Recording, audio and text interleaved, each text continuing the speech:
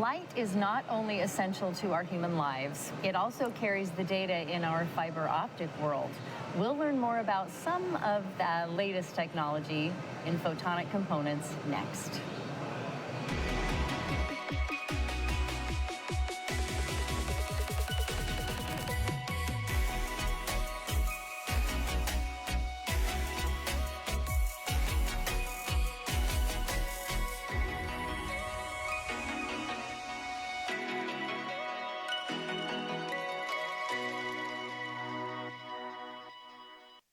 Welcome to SC21 TV. I'm your host, Charla Bokikio.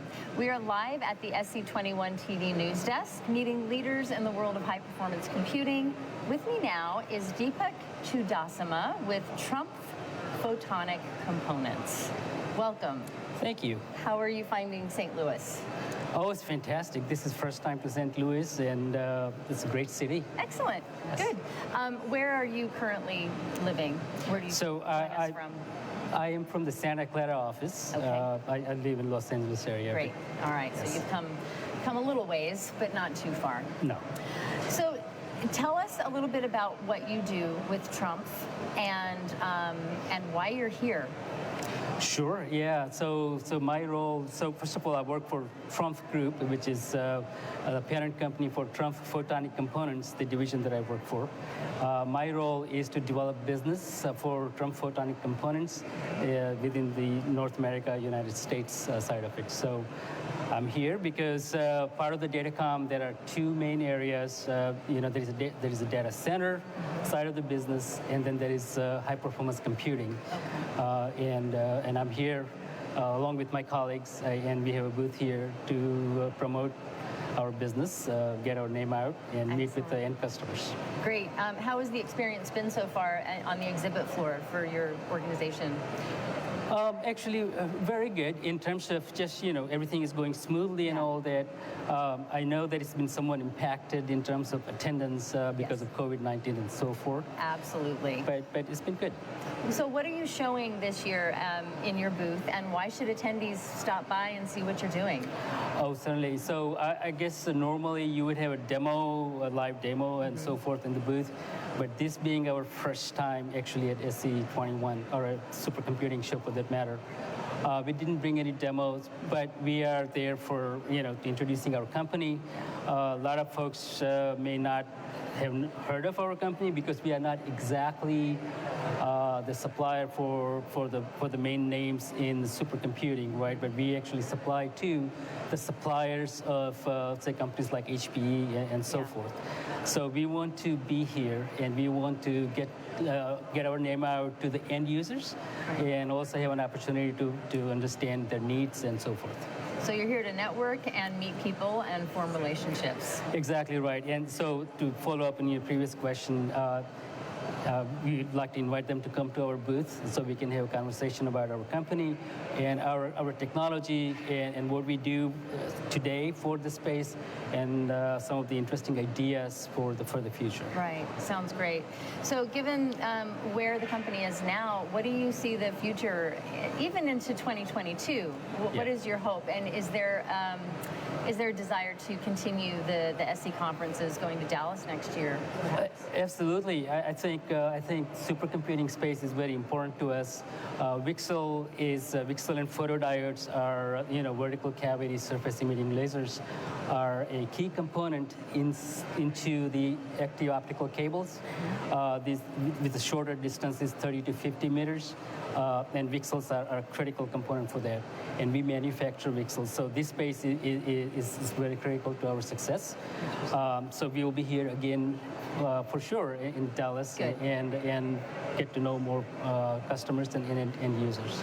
So talk a little bit more about what it is specifically that you do. I know that it sometimes, well, for instance, if you were explaining it to your mother or a child, how would you explain this concept of what you're doing?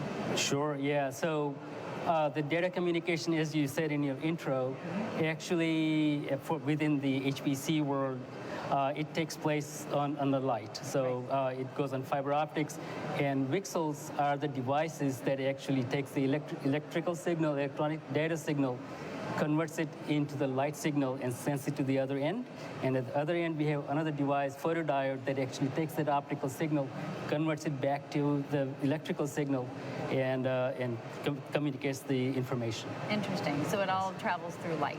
It all travels through light. Interesting. I love that. So talk about what's your past experience? Where have you been? What's happening now with you, and where are you going? We've already talked a little bit about the present and the future, but I'm curious about your background a little bit more. Oh, sure. Yeah, no, this is the optical communication is part of my long career. So I have been in the companies that I started out with the cable TV side of the business, and there was back in 20 years ago when the analog communication over fiber was the new thing. So from there on, I have worked in the semiconductor industry, which supports the VCSELs and laser diodes and photodiodes into the whole conversion of light. So I spent some time there, and then I have spent many years on the data communication. So on the transceiver companies like Claro and so forth. Excellent. Is there anything you still need to accomplish in your personal life or career that a big goal out there? Well, actually, it feels like where I am today is I can be instrumental in bringing good companies like Trumpf into focus for our end customers in supercomputing, and I think we can contribute significantly in reducing the power, reducing the latency, and actually increasing the reliability of the product. And I think technology exists and the customers exist, and my role is to put them together and make sure that it comes to fruition. Excellent. And it sounds like you're pretty good at your job. Well, I like to think so, but I'll let my customers speak for me. You must be doing something right because you're here. I enjoy working with our customers, and I enjoy working with our company. Trumpf is a great company to work for, and so bringing those two together is a delight. Right, for sure. So has the pandemic affected your work much with as far as Trumpf goes? I guess somewhat. Trumpf and we have done a really good job with the video conferencing and all, which, by the way, also goes into this optical communication, right? Right. But it has lessened the impact, in negative impact, if you will. I think we could not see as many customers early on because of the pandemic and lockdown and so forth. And then we see a little bit lighter presence here at the show, so there's another impact. But other than that, we are chugging away. We actually did very well last year in terms of what we booked and what we shipped, and so our business has been somewhat unimpacted. Okay, great. Yes. I'm glad to hear that. That some businesses are still, going strong, and I think high-performance computing definitely is. So as far as the hybrid conference this year, I know that with the exhibit hall, it's a little bit different because you don't have to, what are the changes here, I wonder, with the hybrid conference as opposed to just all in person from your perspective? Yeah, so we were having this conversation at our booth just earlier today, and I still like to figure out if it was not a hybrid conference but pure just attendance, if there would be more people here and more presence. So that's something, I don't know if that's the case, but that's something they were wondering about. Calling in from home or office to the conference is not the same as being on the show floor and shaking hands and seeing, switches and routers and so forth. It's not the same. I guess we'll see what happens in the future. Hopefully in Dallas, I think absolutely it'll be another hybrid, but trying to encourage people to attend in person as much as possible, because what we're hearing is there's no substitute for an in-person experience. I would say so. I've attended other conferences, some in person and some hybrid, and it just doesn't feel the same. It just doesn't. And now I understand the safety and I understand the good measures that's being taken, but still. For sure. Anything else that you want us to know about Trumpf, about the work that you're doing? Anything you're excited about?